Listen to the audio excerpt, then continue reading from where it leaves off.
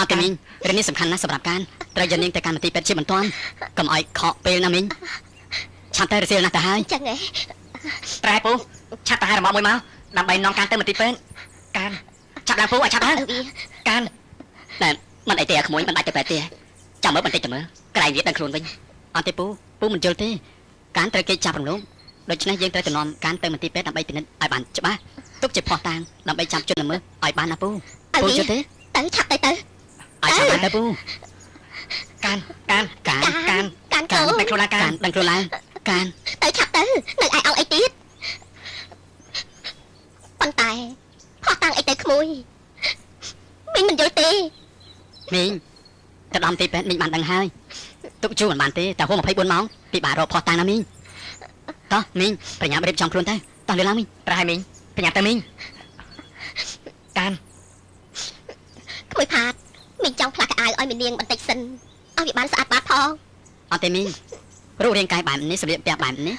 ជាផោះតាំងមួយសម្រាប់ដឹងជនល្មើសបានហើយប្រញាប់ឡើងទៅមីងផាតគ្នាទៅជាមួយឯងដែរគ្រាន់បានជាគ្នាឯងទៅជាមួយពូម៉ែនទៅហើយប្រញាប់ទៅដឹងប៉ូលីសពីរឿងនេះផងអញ្ចឹងក៏បានដែរចាតោះលើកចុះហើយនៅនឹងតែជប់បានអីទេណែមិនអីវាត្រង់តែឆាប់ជាអាការណាមើលកូននេះមើលប្អូនណាចាកាន់តួគ្នាផងហើយកុំពេកទៅដឹងគ្នាណាពូឆាប់ទៅដឹងគ្នាឆាប់ជាតោះពូឥឡូវឆាប់ជាណាចៅណាឆាប់ចេញទៅពូទៅជួយបានសុខសប្បាយ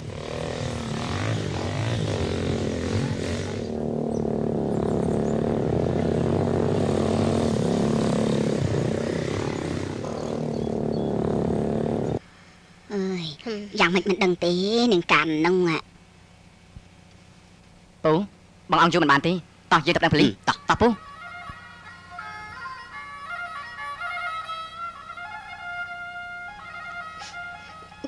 ការមិនអីទេមីងសម្រាប់សិនទៅក្មួយការណាមិនគួរធ្លាក់ខ្លួនដល់ថ្នាក់នេះសោះការពិនខ្ញុំក៏មានចំណាយខុសក្នុងរឿងនេះដែរខ្ញុំមិនគួរភ្លេចការណាត់របស់ការសោះនេះជាបាបកម្មរបស់ការហើយ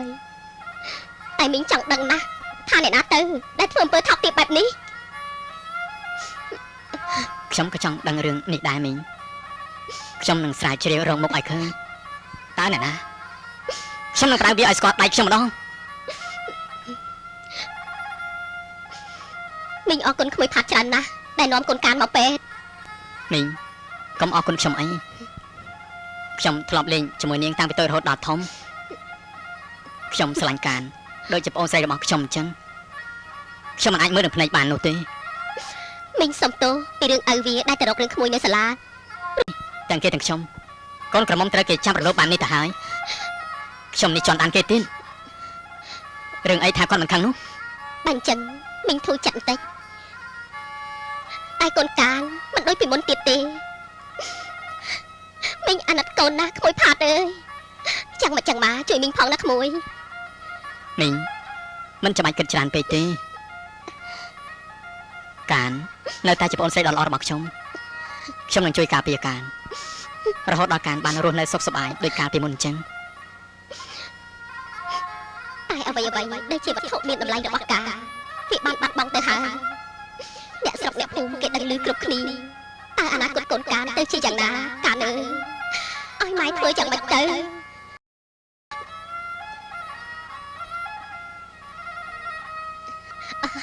លោកគ្រូពេទ្យកូនខ្ញុំយ៉ាងម៉េចហើយអញ្ចឹងបងប្រុសនិងមីងចូលបន្ទប់សិនមកផាត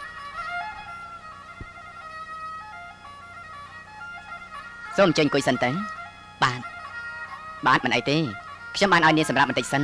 បន្តិចទៀតនាងចេញមកជួបអ្នកមីងហើយអញ្ចឹងបងស្រីរបស់ខ្ញុំយ៉ាងម៉េចទៅហើយលោកគ្រូពេទ្យតាមការពិនិត្យលក្ខណៈបច្ចេកទេសរបស់ពេទ្យឃើញថានាងត្រូវគេចាប់រំលោភមែនខ្ញុំសូមថ្លែងអំណរគុណដល់បងប្រុសនិងអ្នកមីងខាងនោះ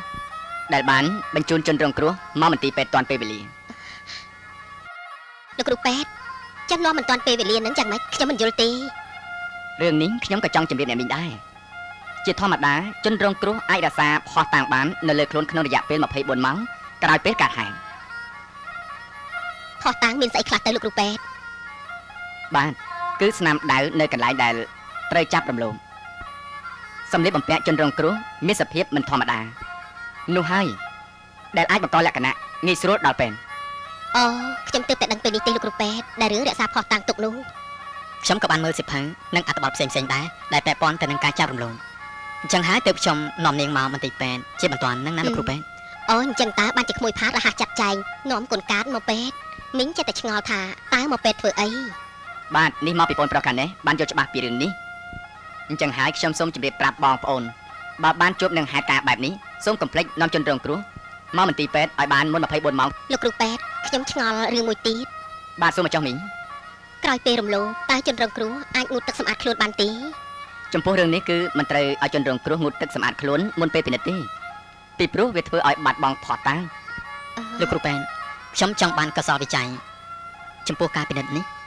ណែក្មួយផាតយកកសលវិច័យធ្វើអីក្រែងវាខ្មាស់គេទេដឹង បានមីងវាជាសម្បត្តិបញ្ជាក់ថាការពិតជាត្រូវគេចាប់រំលោភមែនទុកយកទៅប្តឹងរកជនល្មើសណាមីងវាហួសពេលអៀនខ្មាស់ទៅហើយយើងត្រូវតែចាប់ជនល្មើសឲ្យបានទៅសំខាន់ណែបងអូនបងបានរៀបចំរួចហើយបានខ្ញុំអរគុណលោកគ្រូពេទ្យ ខ្ញុំអរគុណហើយជម្រាបលា ជំរាបលាហើយលោកគ្រូពេទ្យសូមអញ្ជើញអ្នកមីងអញ្ជើញ